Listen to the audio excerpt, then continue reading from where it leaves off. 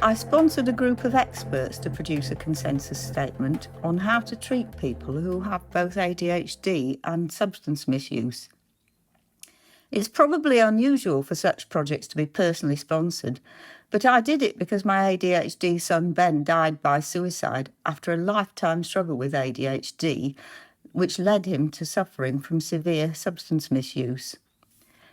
These are the experts who took part in the consensus statements. 20 individuals with huge experience of ADHD and substance misuse came together to spend a day agreeing recommendations in February 2022. You may well see names you recognise here because some of them are very well known. The project was led by Susan Young, who has over 30 years' experience specialising in this field. Susan arranged for scribes to write up the resulting document for circulation and refinement, and after that it was peer-reviewed prior to open access publication in World Journal of Psychiatry. You can read the whole consensus statement in World Journal of Psychiatry, but this video is going to focus on key recommendations which will help you save lives through telling the stories of 4 individuals. Now, there are a lot of recommendations in the consensus statement, but we've got 3 key ones here for substance use practitioners and also 3 key ones for ADHD practitioners. So here are the key recommendations for substance misuse practitioners. Firstly, screening. At least 23% of treatment-seeking individuals with substance misuse met the criteria for ADHD in one study. Since ADHD itself is massively underdiagnosed, only about 1 in 5 people with ADHD have a diagnosis, it's a good idea to screen all substance misuse patients for ADHD. Secondly, ADHD has medication, and treating ADHD with ADHD medications is protective against substance misuse, and it can help patients who've already got substance misuse recover as well, since they are likely to be self-medicating their ADHD symptoms. Thirdly, work jointly. A coordinated approach to treatment is best when patients have ADHD and substance misuse.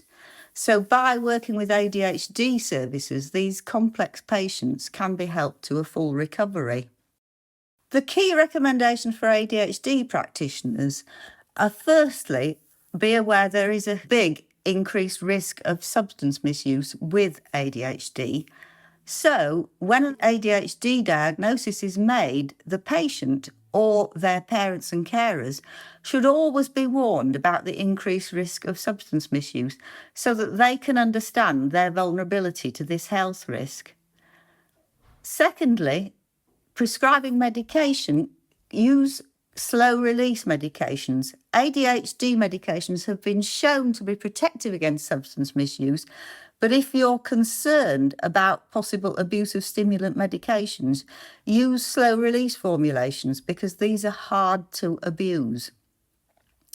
Thirdly, referrals. Look for signs of substance misuse in your patients, and if you're concerned, refer them to substance misuse services and work collaboratively to develop a coordinated treatment pathway.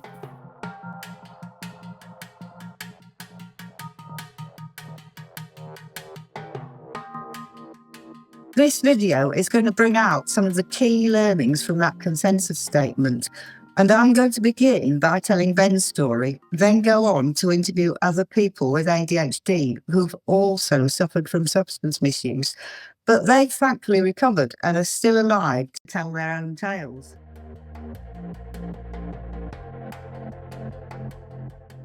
So this is Ben. He was a really happy, outgoing, gregarious small child, full of life and fun. We had never heard of ADHD, and there are probably still parents who are not aware of it today, although it does get much more media attention nowadays than it did in the 90s. Ben was 6 in October 1996, and he was in school year 1 when the local psychological services made their first major mistake and let the family down, really. His teacher suggested to us that he may have ADHD. She was very ahead of her time, really. It was 1996. She put him forward for assessment. However, after interviews and observing him for about a term, the psychologist decided that although he did have problems with attention and concentration, he did not have ADHD. Back then, I was pleased to hear this. It was good news. Ben didn't have a debilitating hidden condition. Unfortunately, however, it was a misdiagnosis. Missed because Ben wasn't naughty, he wasn't rebellious, and he wasn't super hyperactive.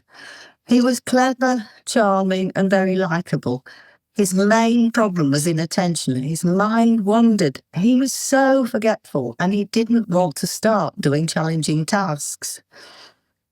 Although he did suffer problems at primary school with bullying, mainly social bullying, he was generally happy at primary school because the school worked very well to support his individual needs, regardless of the lack of a correct diagnosis. Right from a young child, Ben was extremely sensitive to rejection, sometimes imagining rejection where none was intended. No practitioner has ever warned us that social bullying and extreme sensitivity to rejection, two factors that can combine together to create a spiral and declining self-worth, are common with ADHD. Of course, when Ben was first assessed, they made an incorrect misdiagnosis, so they couldn't have warned us then for that reason. But I know now that people are still not told about bullying or rejection sensitivity, even when they do receive a diagnosis. We certainly weren't. And I think it's important because it undoubtedly sowed the seeds of the mental health challenges that led Ben to drug abuse in his adolescence. This is Ben at age 11 when he got into the local grammar school. We were really pleased he got in there, partly because we knew the bully wasn't going. However, although he was polite and well-behaved, he really started to struggle to cope with the work there. And teachers had a lot of difficulty understanding him too. Usually, Ben didn't share much with me, but one day he came home and told me that his teacher had recently told him he needed to show more interest in class and ask more questions. So Ben did ask questions, but then she suddenly cut him off and said she couldn't deal with that many questions. He felt he couldn't do anything right. He began skipping school occasionally with tummy ache. He lost a lot of confidence socially in his academic ability as well. And he gave up acting, which he was especially good at. We'd even thought that he might go on to become an actor. And he gave up musical instruments.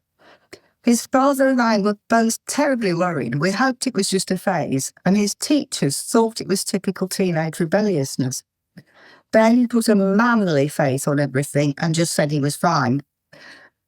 He had problems with friendships at that secondary school for the first 2 years as well, but after that he formed a really close circle of friends. That was great, but unfortunately they were very active drug experimenters, starting with cannabis.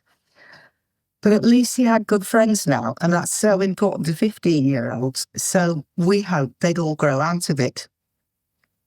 As a teenager, Ben stayed polite and well-behaved. Now, I often wish he'd been disruptive because he would have got more attention. He claimed to us that he was not doing well at school because he didn't care, whatever. However, when his GCSE results came out, he was deeply disappointed because he got low to middle grades. So we realised that he truly did care about his studies. He had been covering up with false bravado all the time, and that was a huge wake-up call to us. So we urgently sought another ADHD assessment via his GP. However, there was such a long wait for an NHS diagnosis, so Ben dropped out of sixth form after half a term. Then, to accelerate the diagnosis, we went private. So finally, at age 17, Ben was diagnosed with ADHD, and he additionally got an educational psychologist report which put his IQ at 129, i.e. in the top 4%. So he was academically gifted. By age 17, Ben had begun to distrust authority figures, and he'd lost a lot of self-confidence. So when he did restart sixth form, he used ADHD meds to help his studies, although they caused him some side effects. But he was disappointed again with his AS grades, so he abandoned A-levels altogether at age 19 without completing them and became a full-time chef. He loved cooking and he'd long been a creative cook, so his first 2 jobs went very well. However, Ben felt low. Everyone else was going to university. He knew he'd underachieved. Worryingly, his teenage drug experimentation had grown. Initially it was cannabis, but now it was ecstasy and ketamine as well. Now I know that about 25% of those with ADHD self-medicate with drugs or alcohol. It's a coping strategy, but the fact is that drug or alcohol experimentation is more risky for ADHD teens than others because experimentation leads to persistent use for self-medication. So those children and their parents need to be educated about that risk when they get a diagnosis, hopefully whilst they're still young children. The consensus statement revealed that 23% of treatment-seeking individuals with SUN meet the criteria for ADHD. In fact, another study put that even higher at 31%. So since ADHD is still massively underdiagnosed, it's a good idea to screen all SUN patients for ADHD. The working world became problematic when the restaurant where he'd worked as a chef closed. Ben didn't settle in other chefing jobs, and he began to have mysterious pains in his chest. Ben thought it was his heart, but the GP only offered indigestion medicine. He tried ADHD medications again to help the work, but still no medication really suited him. Although this time round I felt it was a bit of a self-fulfilling prophecy, partly fueled by his distrust of authority figures, including psychiatrists. He was getting harder to help. The ADHD psychiatrist knew about Ben's drug abuse, and he certainly advised against it, but he never mentioned that drug misuse is frequently a problem and that there's a much higher risk of addiction for those with ADHD. And he didn't explain that repeated drugs used to self-medicate is a form of drug dependence, which could be called psychological addiction. Certainly, whenever I suggested that Ben visits our local drug abuse service, he hotly rebuffed me. He said he wasn't an addict and that service was only for severely addicted individuals. Ben just didn't see himself as like them. He believed he was managing his use to suit his needs, and he didn't ever imagine that the drugs would come to control him. Further, the practitioner didn't explain that ADHD medicine is actually protective against drug misuse either. This is something that was emphasised a lot by the consensus statement. Studies have shown that ADHD medication is protective against substance misuse, so it's important that practitioners know that, act on it, and spread the word. Although Ben's life was going downhill at this point, he could still have been pulled back, and better drugs education would have played a big part in that. After each job setback, Ben was very discouraged, spending weeks at home alone. He felt anxious and withdrawn, and he magnified everything that went wrong. He always blamed himself.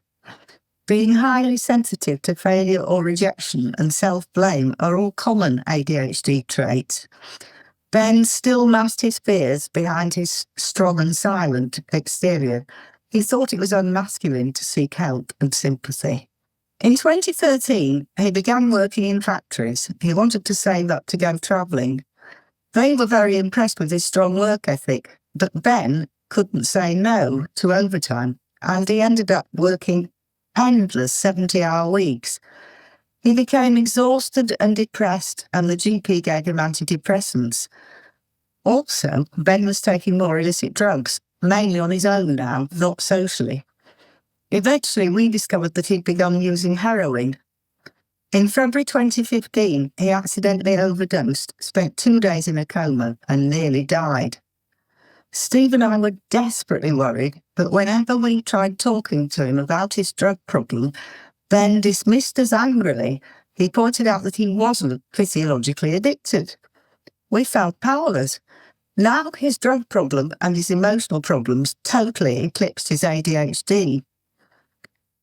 Ben went travelling in Europe that July, but he returned home after only 10 weeks, suffering panic attacks.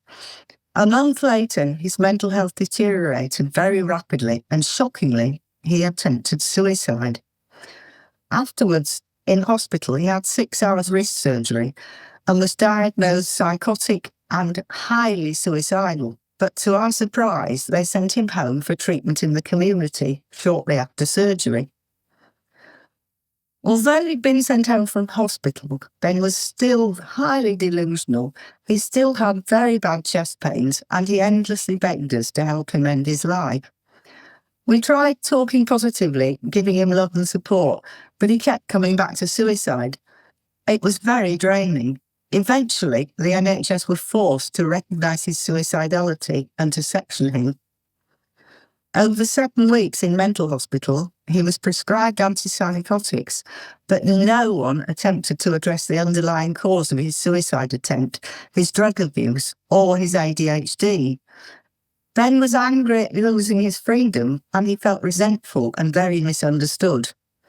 The team appeared to only want to reach the point where he could go home. Despite having psychologists and therapists on their staff, they resisted bringing them into Ben's case. After discharge from mental hospital, I arranged for Ben to see a private psychologist, and that continued for about a year. He knew a lot about drug abuse and convinced Ben that illegal drugs were harmful, especially harmful to him. So thankfully, Ben committed to giving them up. The private psychologist also told us that Ben might never work again, or may only be able to work part-time. He'd never return to his old self now. After about 9 months, the psychologist wanted to discharge him. He said he'd done all he could. I was worried about this because the underlying issues had not been addressed. But the psychologist didn't suggest another referral. He said he thought Ben would be okay now and believed it was time for him to try life again. I can now see, looking back, that what should have happened at this point was a referral to an ADHD psychologist. But at that time, I didn't understand how specialist different practitioners are, so we didn't seek another referral. Additionally, Ben was keen to get away from mental health services altogether, and on top of that, he decided to relocate to Devon for his new start, and that made it harder to pursue specialist mental health support. He tried a furniture making course there, and then he went on to a gardening course after that, but he wasn't able to complete either of them.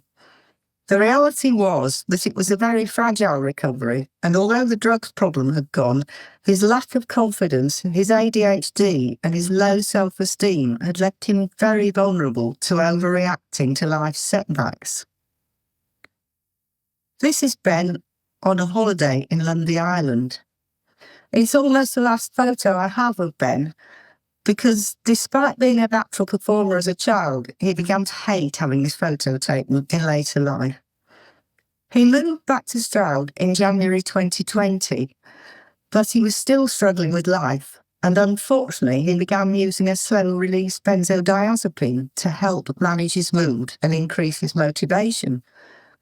He obtained this through the dark web, and he also tried to get away from it several times later in 2020, but he couldn't. He pretended to us that he didn't want to reduce it, but after his death, we realised that his dependence on it was a huge source of anxiety to him. It overwhelmed him, and it made him feel very bad about himself.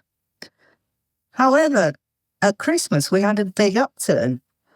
It was lovely, almost like old times. Ben watched films with us, he helped make lunch, he even played charades, so I thought things were looking up. But I was wrong. At 7 a.m. on the 27th of December 2020, I went to offer Ben a cup of tea and found a piece of paper on the floor outside the locked bathroom door. It was his suicide note, and it said, "I am long past saving and will be mostly a burden to you as long as I live." We are still horrified that Ben felt a burden. We've gone over and over his final weeks, everything that was said. At the end of his life, Ben was so far from the happy child I remember, who was excited to start school. So Ben's dead now, and nothing can bring him back. But we can all do more to prevent young people suffering tragic lives like Ben's. That completes Ben's story. To help illustrate the difficulties people face and why the consensus statement is important, I've found 3 more people who face similar challenges with ADHD and substance misuse. And they've kindly and bravely agreed to tell their stories to us. So now it's time to introduce my guests.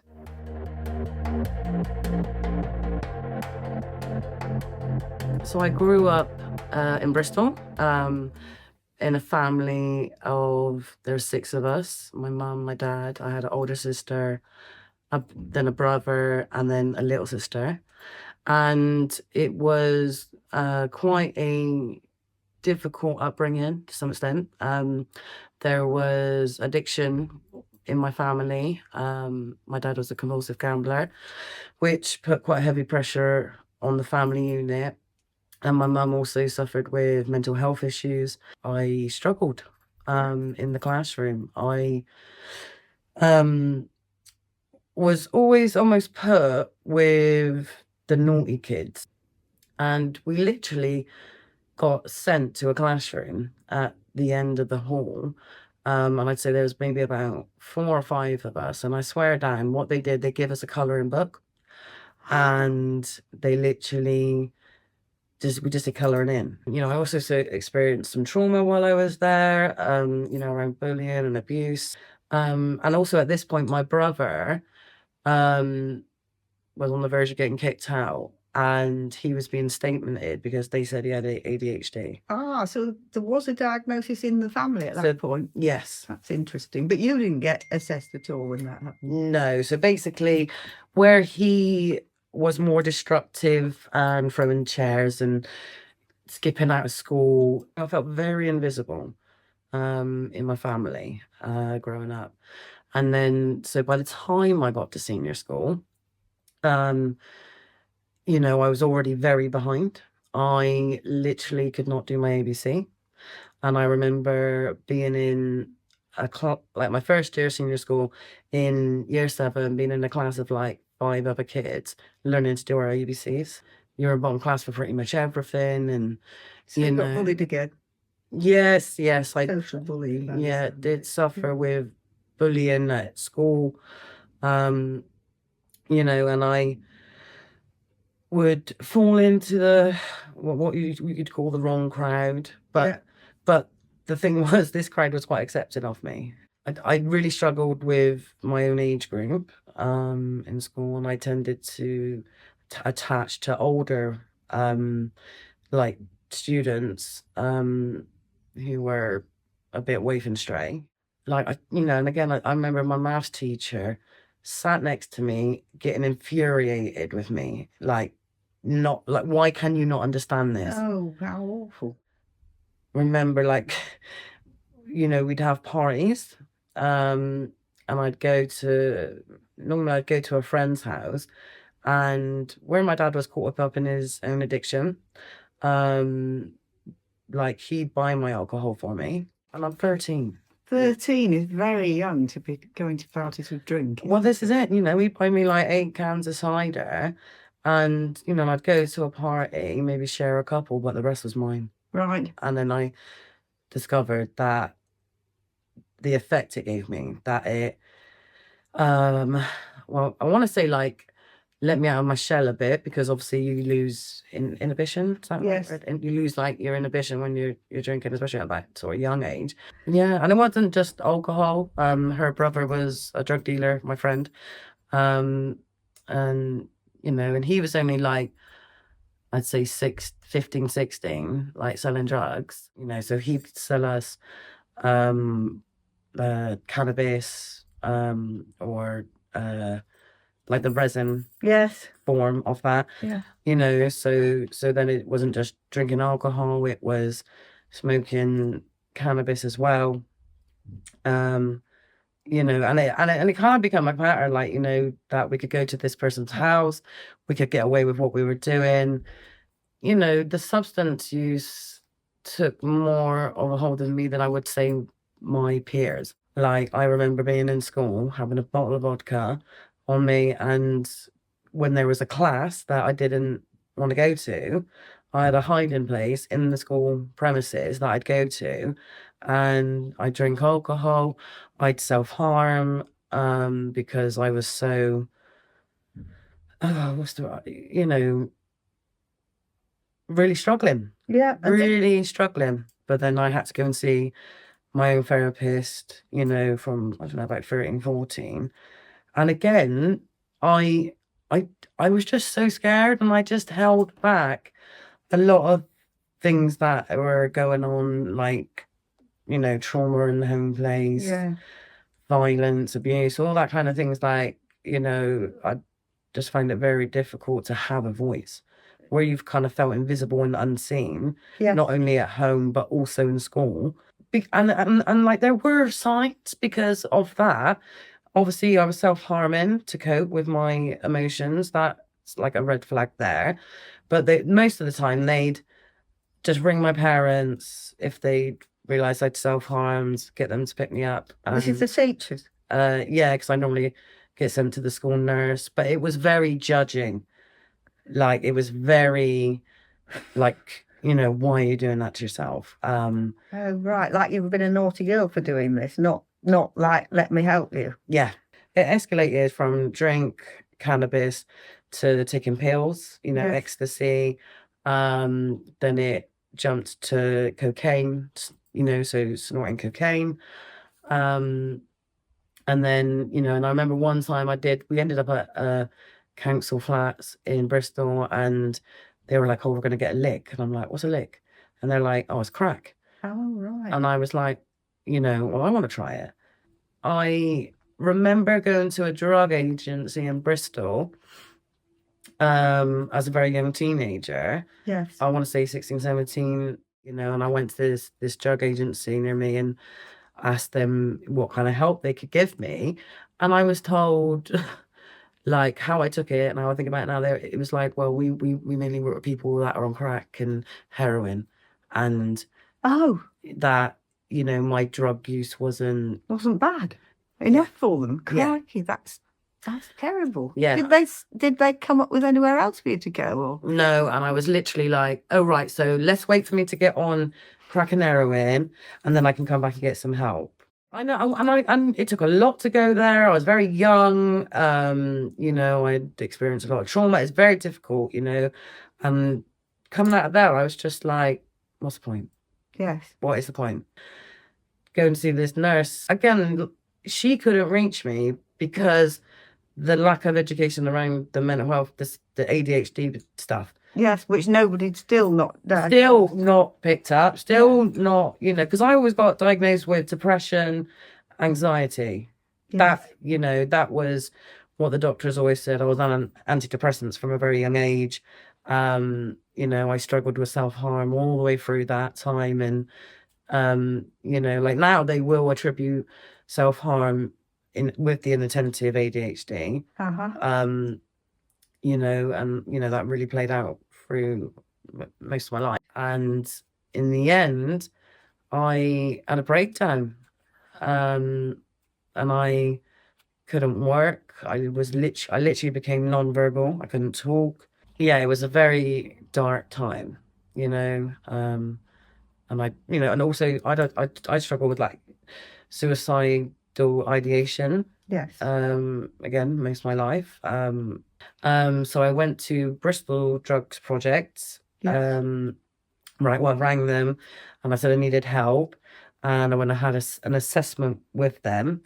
And they first said I had to go to alcohol groups up at Southmead Hospital. Yeah. And again, it's terrifying, like, having to do this, walk into a room with strangers and sit in a circle. And because, like, like my parents were really worried. My mum was like, oh, you've crossed the line. And I was in denial.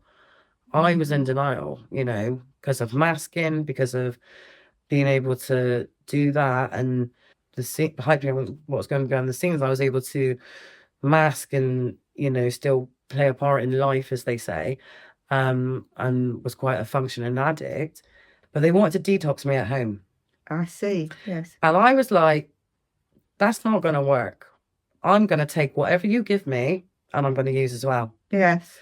I'm going to be honest with you. So my worker got me a care manager, and she was the first one who actually said about going to rehab Right. and getting doing a proper detox in hospital, then going to rehab. Yes. Now I was terrified, but it felt right. I don't know what it was. I was done. It was like that or suicide. It literally was that. I was like, It's pretty stark. I can't carry on, this using to cope, self-harming to cope, not having the skills to communicate or express my feelings. So got to rehab, really got the help I needed to work around the trauma I'd experienced. There's a lot of trauma, from my childhood, from my young, like basically most of my life. So I managed to do my 6 months in treatment. Because they said about resettling, and because at first, in my mind, because they give you 3 months to start with. I was like, I'll do 3 months, I'll get better, and I'll go back to Bristol, and everything will be great. After 3 months, I realised how unwell I was. It was like they'd educated me enough to see that, I had quite severe mental health issues, and I had a lot of trauma. Yes. And this needed addressing. Yes. So I was given an extra 3 months to do a lot of work around that. And then they said about resettling, and again, it felt right. Yes. Scary, of course. But I went into one of their dry houses in the area, and I'm able to live there for a year. And it was the first year of my life, like, where I felt alive, I felt present, and I lived. That must have been marvellous after so much struggling. So after using substances for that long, not understanding why I was the way I was through trauma, through undiagnosed ADHD, not getting the help and support I needed, with it being inattentive ADHD because I was quieter, you tend to suffer alone in silence 90% of the time. So I had this like year of really living. And so, my friend, he got diagnosed with ADHD. And I was like, and obviously my brother had it. And I felt like I had it, like inside and in here, like where the way I can describe it, like my head was a tornado. Yes. Yes. Constantly thinking, like, this brain does not stop. I went to the doctor at my GP service and I said, I think I've got ADHD. Yes. I'd like to speak to someone about it. And the first thing she said, why do you want that label? So she was trying to bat it off, really. She was like, why do you want that label? And I looked at her and I said, I don't want a label. I want clarity. I want to understand why I am the way I am. He was like, yeah, I'm going to diagnose you with inattentive. Yes. ADHD. Yes. And it just gave clarity to, like, it's because of this. Yes. Your brain does not work like... There's nothing wrong with you. There's nothing wrong with me. My brain just works differently. You're different, yeah. My brain works differently. And, and I felt really emotional. And, and it still took quite a while to process that, to be like, right, I've got the diagnosis. I went through a grieving process for the younger parts of me. Yes. That got missed. Right. And I just wanted to know. Yes. And I wanted clarity. I wanted to know for my own sanity. But I didn't want to be, shut down to the option of medication, which is, to help give you focus, energy, concentration, and yes, it is stimulant based. It's a controlled drug. Yes. And obviously being in recovery, obviously I've been in recovery from substances for 8 years. This is something I discussed with my sponsor, and went through it with her. And, you know, it's about having that accountability of her, you know, on what I was taking, when I was going up a dose. When I had some surgery recently, I couldn't take it. Yeah. And the few days that I didn't have it, you notice it. And I take only what I'm prescribed, you know, I don't abuse it. But I think what I want to get across is the fact that, you know, even from a young age, you know, I went to get help around the drugs. It was very lacking. Yes. I went to at a young age, and then I went I was involved with like mental health services from a very young age as well. Again, never got picked up, never got recognised. It's lucky your friend spotted it. Well, that's it, you know, and I think it was the first time, you know, obviously I wasn't using substances. I'd like put work into my recovery of abstinence, and I had done a lot of work on the emotional levels, learn vocabulary to express feelings and communicate. And it was the first time that I fought for myself. Yeah.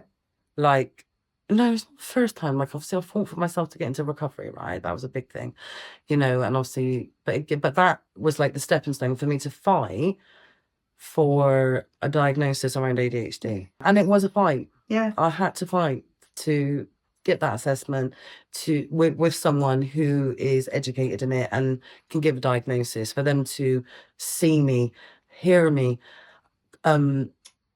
give me a chance to verbalize, you know, how my ADHD plays out, you know, and yeah, like it definitely lifted something from me, and it restored some peace within me. And like I said, I put the brush down that I'm beating myself up with, and I have a lot more compassion for myself today. I mean, my work are very supportive around it, you know, around my ADHD. You know, I don't think I've ever been in a place where it's almost like, you know, safe to have this diagnosis, safe to be who I am, you know, and not judge myself for it. It's wonderful to hear that, and thanks so much for doing this interview today. You're welcome. It's a real pleasure talking to you.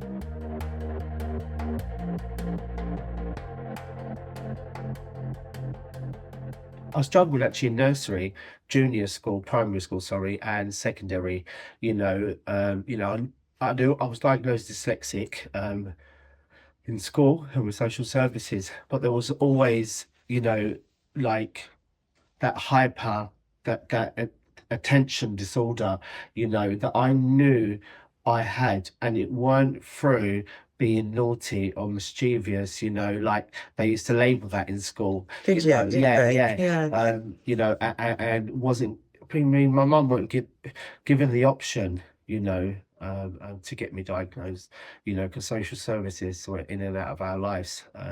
So yeah, I always knew there was something there, you know, and for years as an adult, especially starting recovery 8 years ago up in Stroud, and in college, you know, I knew I had ADHD. I knew it was ADHD, and I fought to get that diagnosis. You know, I was one of the lucky ones. I didn't have to wait long, you know, and I got diagnosed 5.5 years ago, and my life makes sense now. It makes sense. So all the from child, teenager, adult, you know, everything's coming into place now because of, you know, this diagnosis. Yes. Yeah. So I'm on my father's part of the family, we're Iraqi Kurdish gypsies, you know, and my father's one of 24 kids. 24, my nanny granddad. Wow. I know.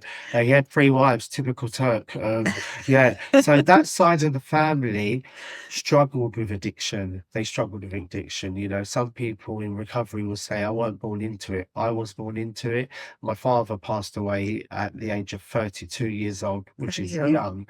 Left my mum widowed with 6 kids. And that was due to the alcoholism and the drugs. Right. And yeah. So it must have, your drug issue must have started as a teenager then. Oh, no. My drug started as a young child. Really? Yes. It was like members of the family. It was kind of like, it was their own gypsy remedies, like, but for 35 years later, I'm like, how crazy it is to be given ketamine as a Yes. child. Yeah. Because it's wild. And then all the drugs that I had, because I was injecting, I was smoking, I was drinking, becoming an alcoholic, and the drugs that I had were making me feel normal. And it wanted to come into recovery that people with ADHD have stimulants like cocaine, crystal meth, and it keeps us balanced. So that's why I took loads and loads and loads, because it wasn't working for me. So it was self-medicating, Yeah, really. yeah. Yes. And this was all long before you had the ADHD meds. Yeah, totally. Way before that. But all my drug of choice makes sense. Yes. It made sense because it controlled my ADHD. And it's quite weird. Like, oh yeah, I'll have some crack or I'll have some coke because that's balancing my ADHD. Now, I didn't know all this until I was in recovery. So when did you first get to see professionals to help with the drug issues then? So that was 2015, and that was in East London. It was a charity, CGL and Lifeline. I was doing like drop-in groups, and then had a caseworker there, and you have a program for about 3 months, and then they start putting you up to the next stage, getting you funding to do treatment and detox. I was let down the first time in 2015, and then went up to the panel again in 2016, and that's when I got the funding to go to a detox unit, Clouds House in Wiltshire, for 7 weeks, which they do the 12-step program. And Right. I got further funding to stay at the Nelson Trust for 6 months, that rehab, and then just resettled here. So did any of the professionals ever suggest you might have ADHD? I mean, I become close friends with a guy who's doing the same recovery time as me. We came from the same detox, same rehab. I've been with this guy for like 7 months every day, and he was like, "Sharif, trust me, you have got it," because he had. This is another person who was in recovery. Yeah, recovery. So not the professionals. No, they didn't suggest it. No. And the guy Nicholas. We're mirroring each other because we use the same drug. We hang around with the same type of people. And he's like, "I've been diagnosed when I was a child and I've been on medication. Trust me, you've got it," and they will look into that at Nelson. That was just pushed because all they want for me is not to pick up a drug. So they like that side, just leave it to the doctors. We can't do nothing about that. So, Right. Yeah. It wasn't until I was at college and started the Access to Art course around 2018, 17, something like that. And the teachers, I felt like I was in school. I was always the student that was pulled to one side. "Oh, you're speaking out loud. Oh, everyone can hear what you're saying, and you're too hyper, and maybe you should sit here." And and it was like that for 2 years in there. Yeah, it was like that for 2 years in there. And at the same time, I was getting counselling, and when I got referred, so the course had 1 more year to do. The teachers pulled me to one side and was like, "Look, you're amazing, and we have faith in you, but we don't think you should do the last course. There is other art classes we can put you in, if you're still interested." Now, these classes, I'm 40 at this time. 39 at this time, and they want me to go to class with 17 and 18-year-olds, which is, it's not, for me, it would have been degrading. Yeah, difficult. So the people that I've been with on the course are in one room doing this master's, and I'm in here getting back. So when I did get diagnosed, and I saw my birthday, it was quite funny when they walked in. I was like, "Hey, happy birthday, you've got ADHD." And they gave me, they did, a couple of weeks after that, they did me a professional letter saying, "This is what Sharif has. This is the support he needs in a workplace or in college." And then when I took that into college, they took all this into consideration, and they work around me. Like, I can't say how much gratitude I've got for the nurse to do the letter, and for the college to take this all in and give me the support that I needed. That's excellent. Yeah. And I've recently done an exam, an English one, functional, and they put everything in for me, like the extra time, you know, can go out, have a little breather, you know, and I passed. Great. I passed. Yeah, yeah. Yeah. And that's an achievement because I've never passed anything in school, you know. I was kicked out in school because I was too hyper, naughty, you know, and I got kicked out of several schools.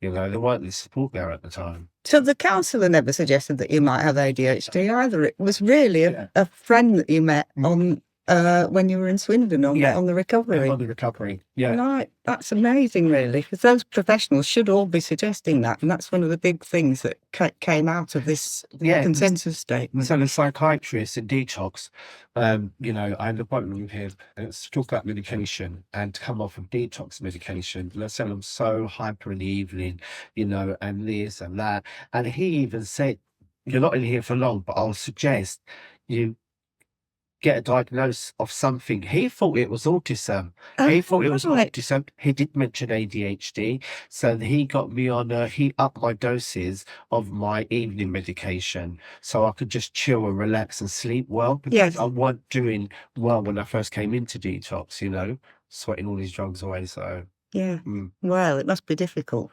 I mean, it's a big challenge once you get to that point where you've got so many drugs in your life, isn't it? Yeah. Of course. They put me on the medication straight away when I got diagnosed. Met a friend who has ADHD. All my friends have got ADHD in Stroud, and she was on a medication that was working for her. Right. And I could see the mood when it comes, when it doesn't. So I asked the doctors to put me back on it. Yes. So I am back on it, and I'm doing what I should do with it.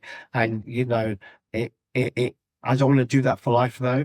Right. You know, I don't want to do. At the moment, it's working and it's working fine.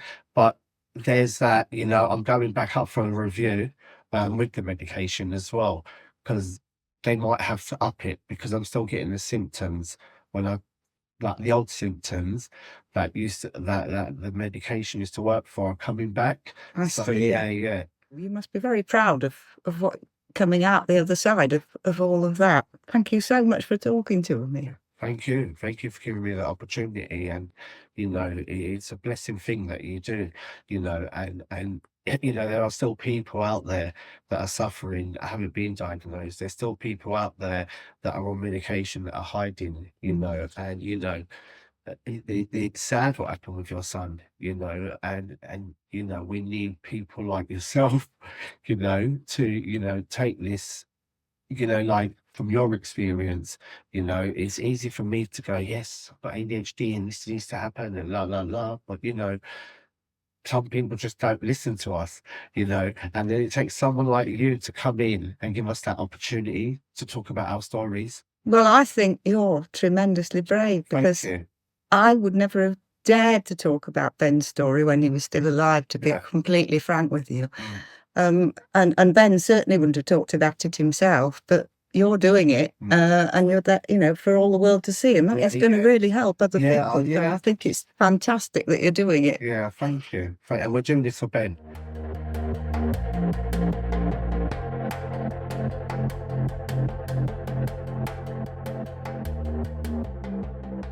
I was brought up in a kind of really alternative lifestyle. So my parents was quite hippie, and we had like was brought up in I guess a squatted old rectory, and with a few other families, and we all sort of got together and had this sort of, I guess it was like a bit of a commune type life. That was the idea. As time went on, into the 80s and 90s, it was less, it was less sort of wild. It was a bit more structured. It was more of a cooperative by then. It was like nice. It was really nice. I think the reason I mention it is because I think that being different, I always felt different anyway because of that lifestyle. So I also went to a Steiner school. I could read really early. I learned to read at about 4, and and devoured books, and spent a lot of time on my own reading. And I was quite sort of loud and confident in a way in that world. But then when I went outside of that world, painfully, painfully shy. I know that I struggled really, really big time emotionally. My emotion regulation around 12, 13 was, yeah. And I remember saying to my mum, probably a little bit older, about 14, like, I wish there was like a tablet I could take that made me feel normal. And it was so prophetic, really, because I ended up taking substances to make me feel normal. And I think around sort of 12 or 13, I think it became like a bit of a special interest for me. And I remember finding a leaflet in the doctor's surgery, and it was this folded up leaflet, and it had all the different drugs on it and pictures of them, right, and what they did and what they looked like. And I remember like taking it home and studying it and thinking, wow, this is like, it felt like it was really taboo and also grown up, I suppose. And I just, yeah, I did feel quite interested and I suppose excited in a way. I think what's interesting is that I definitely had an interest before I even went there. Yeah. That seems odd to me now, but You were kind of looking out for something. yeah, A pill or something. yeah, like yeah. Or so yeah, and then I think and then I started to get very, very depressed. And my mum took me to the doctor, actually. She's took me to the doctor and he said that I had clinical depression. Right. And then I started going around with another person who I knew from school, an older girl. And we just started drinking, slowly drinking, and we drank in the park. So those people that were going to the park and doing the drinking, they were the people I wanted to hang out with, right, and they were the people I would stay over with. I think by then, you know, if I wanted to stay over at someone else's house for a few days, my mum was probably like, at least she's got mates, at least she's out of my air. Yeah. She probably needed a break, to be honest, because I think my emotional state, I know that my emotional state from sort of 12, 13 was not good. It was really not good. So then I turned 13 and refused to go back to that school. Right. I said, I just refused. And I refused to go anywhere but where these people who hung around in the park went. In some ways, when you think about it, I sort of left home at 14. Yeah. Which just seems crazy to me now. But that's what happened. And by this time, I'd really got a taste for smoking weed. Right. And I smoked every day. Yeah. And those kids from the park went to the school and I became involved with older boyfriends and kind of, I felt like I had it, I had it all sorted, but actually I look back now and I was really vulnerable. This person had drugs. Yeah. So it all. So did you start taking more harder drugs? Yeah. Yeah. Yeah. And yeah. And and as time got on, sort of harder and harder, and just became sort of resigned to the chaos, really. Just always felt really chaotic and everything, I couldn't. Yeah, I just really just wanted a normal life. I just wanted to be okay, and I just couldn't. I think some of those men offering to set up home with me, Yeah. was appealing because I wanted to feel some sense of control. I wanted to have a home that had nice things in it. The turning point was when I was 26.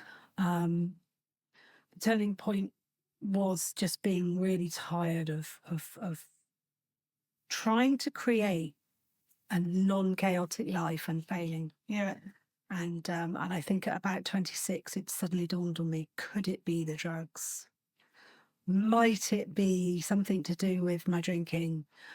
And so then I had 3 years of trying different ways to stop. Right.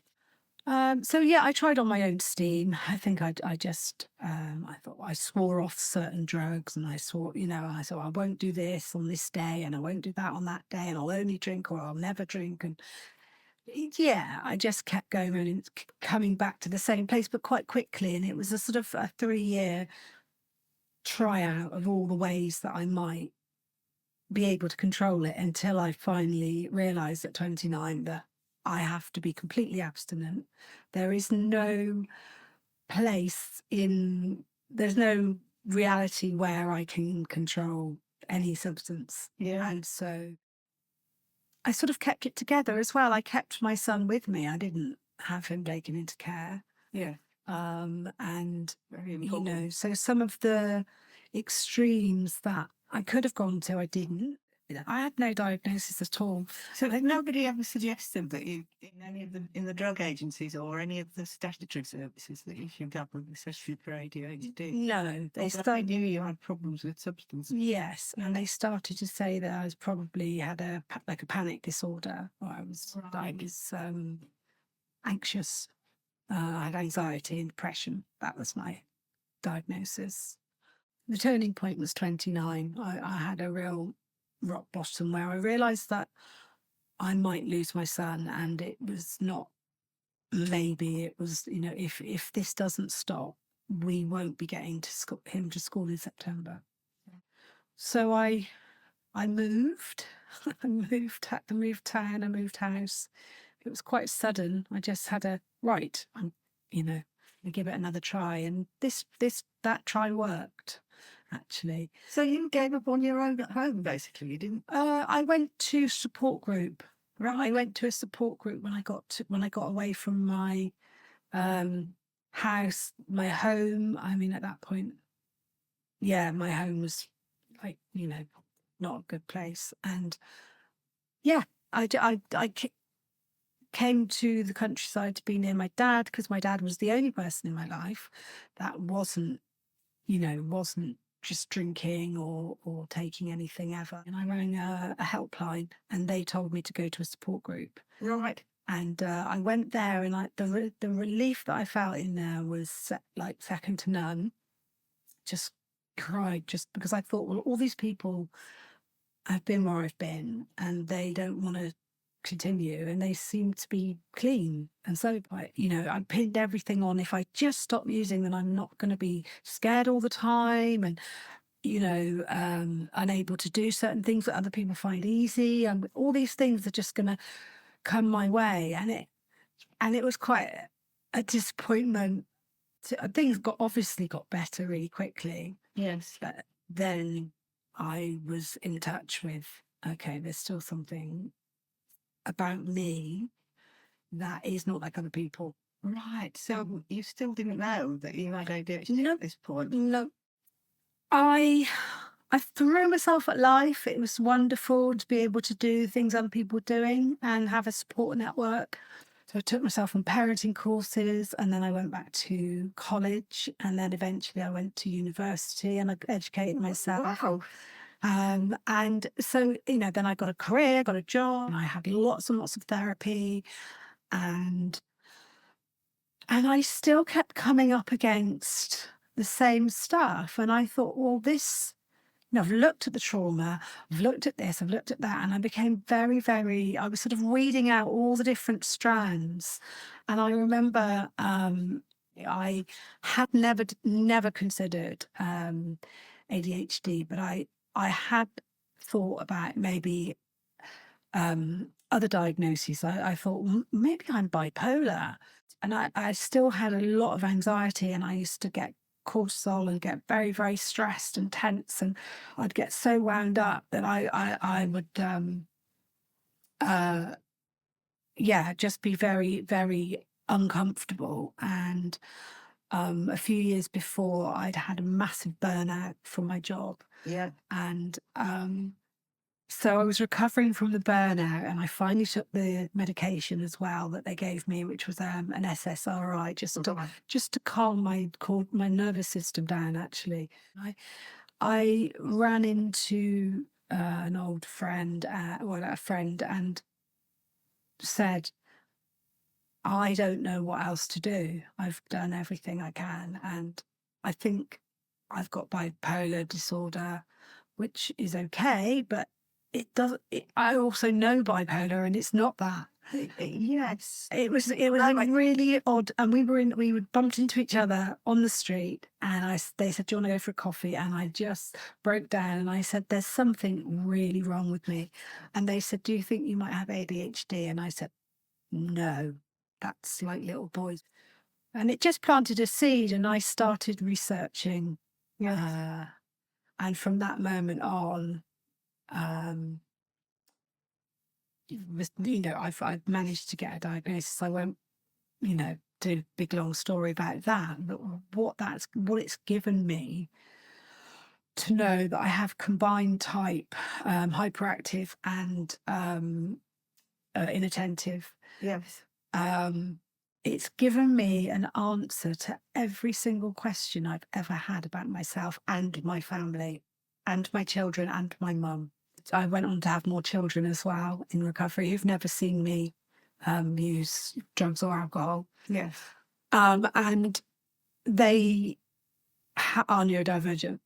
And Because it runs in families. Yeah. And because I know now what I'm looking at, it's the way that I parent is completely different. The way that the way they manage, it's So you're able to give them the best possible start now, aren't you? Which is an up. just